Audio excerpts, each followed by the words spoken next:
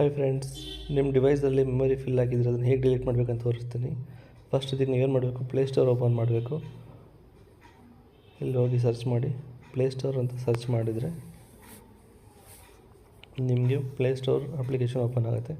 Open ಆದ ತಕ್ಷಣ right side icon ಇದೆಯಲ್ಲ ನಮ್ಮದು, ಅಲ್ಲಿ ಹೋಗಿ ಮ್ಯಾನೇಜ್ ಆ್ಯಂಡ್ ಅಪ್ಲಿಕೇಶನ್ ಡಿವೈಸಸ್ ಹೋದರೆ ಮತ್ತು ಮ್ಯಾನೇಜ್ ಅಂತ ಬರುತ್ತೆ. ಮ್ಯಾನೇಜ್ ಮೇಲೆ ಕ್ಲಿಕ್ ಮಾಡಿ ಅಲ್ಲಿ ದಿಸ್ ಡಿವೈಸ್ ಅಂತ ಇರುತ್ತೆ, ಅಲ್ಲಿ ಕ್ಲಿಕ್ ಮಾಡಿದ್ರೆ ನಾಟ್ ಇನ್ಸ್ಟಾಲ್ ಅಂತ ಬರುತ್ತೆ.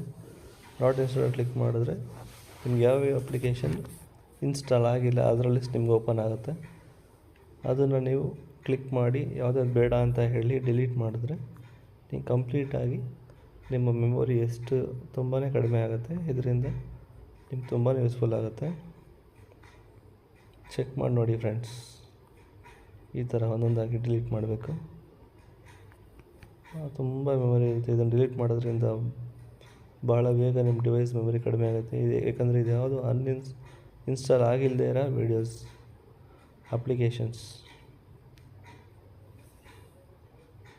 ನೋಡಿ, ರಿಮೂವ್ ಸೆಲೆಕ್ಟೆಡ್ ಆ್ಯಪ್ಸ್ ಅಂತ ತೋರಿಸಿ ಡಿಲೀಟ್ ಆಗಿದೆ. 30 ಆ್ಯಪ್ಸ್ ರಿಮೂವ್ ಮಾಡಿದ್ದೀವಿ.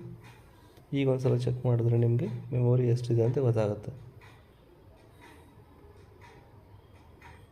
ಇಲ್ಲಿ ನೋಡಿ 112 GB.